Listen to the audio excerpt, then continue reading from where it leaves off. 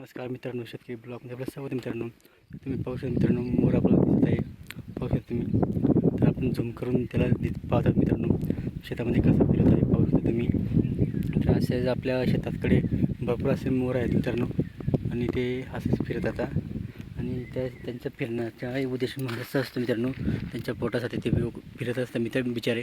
आणि ते आपले शेतात जे काही असेल किडे मकोडे जे म्हणजे असतात आपल्या पिकांवरती ते खात असतात.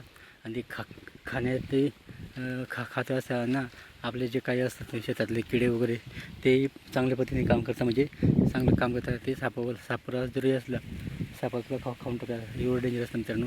आणि आपला निसर्गाच्या कुशीत वावर आहे मित्रांनो. आणि पाहू शकता तुम्ही डोंगर. आजचं वातावरण म्हणजे एकदम भारी झालेलं आहे मित्रांनो. पाऊस होताच, पण दुपारी उघडला आहे पाऊस. तर पावसाचं वातावरणामुळे आज एकदम भारी वाटत आहे. म्हणजे ऊन दिसायला भेटला मित्रांनो. बऱ्याच दिवसापासून ऊन हा पिकांना पण नव्हता.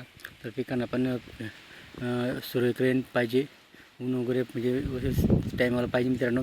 कारण की पिकांना पण सूर्यकिरण पाहिजे, सारखं पाणी त्या राहिला तर पिकं वगैरे जे असतात आपले ते सुद्धा आपले पिवळे पडायला लागतात. म्हणून आपले चांगल्या प्रकारे याशी पाणी असेल, पाण्याचं वातावरण तुम्ही आता पाहू शकता एकदम मोकळं झालेलं आहे मित्रांनो. परंतु संध्याकाळी असं आणखी जसं आता पावसाचं वातावरण होऊन जाईल मित्रांनो. असं पाऊस वगैरे खूप चांगल्या पद्धतीने चालू आहे आपल्याकडे. ऊन पाणी असंच चालू आहे मित्रांनो. तर असंच नेहमी पाणी यायला पाहिजे, ही जी आपल्या अपेक्षा आहे.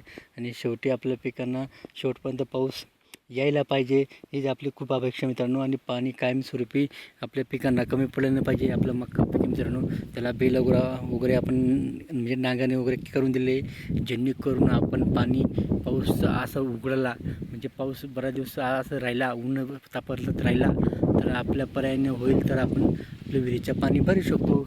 या हिशोबाने आपण इकडं बेल वगैरे देण्याचं कारण असं असतो की त्याला भर पण लागलं जातं, म्हणजे उभं राहण्यासाठी.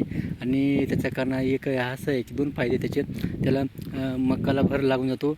आणि दुसरा म्हणजे आपल्याला पाणी जर येत नसला टायमावर तर आपण त्याला पाणी भरू शकतो आपल्या विहिरीतून मोटर चालवून. या हिशोबाने दोन त्याचे फायदे मित्रांनो. म्हणून आपण असं काम केलं पाहिजे, जेणेकरून आपल्याला पाणी भरायला सोपं होईल. म्हणून ते बेल वगैरे पाडलं जातो. आणि मकाला भर वगैरे म्हणजे इकडेही नाही होऊ शकत, म्हणजे हवाने तो इकडे तिकडे होऊ शकत नाही भर जर लागला तर. म्हणून त्याला खाली पडता येणार नाही. अशा पद्धतीने आपण नांगरणी केल्याचा फायदा हा असतो, आणि पाणी पण भरता येतो. असा आपले दोन फायदे असतात मित्रांनो. म्हणून आपण मक्का पिकाला नांगरणी केलंच पाहिजे मित्रांनो. व्हिडिओच्या माध्यमातून एवढं सांगू शकतो की आपण आपल्या पिकांची काळजी घेतली पाहिजे. कारण की शेवटी आपण त्यांचं देखभाल करणार आपण असतो मित्रांनो. म्हणून वेळेवर काळजी घेतली पाहिजे, पाणी असो खत असो, म्हणून टायमावर दिलं पाहिजे मित्रांनो. हीच आपल्या अपेक्षा मित्रांनो. व्हिडिओ आवडला तर लाईक शेअर नक्की करा. आमच्या चॅनल सबस्क्राईब करा. ज्याच्यावर जे किसान.